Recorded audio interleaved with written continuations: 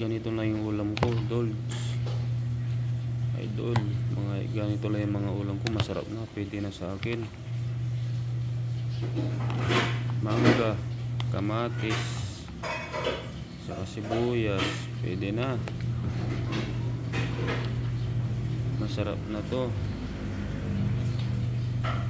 Halo-haloin natin para masarap. Ganito na yung ulam ko, pwede na.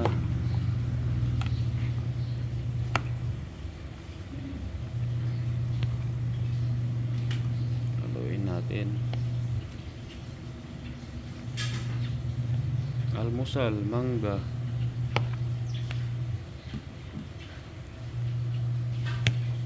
Kahit ganito na yung ulam natin, mga lods.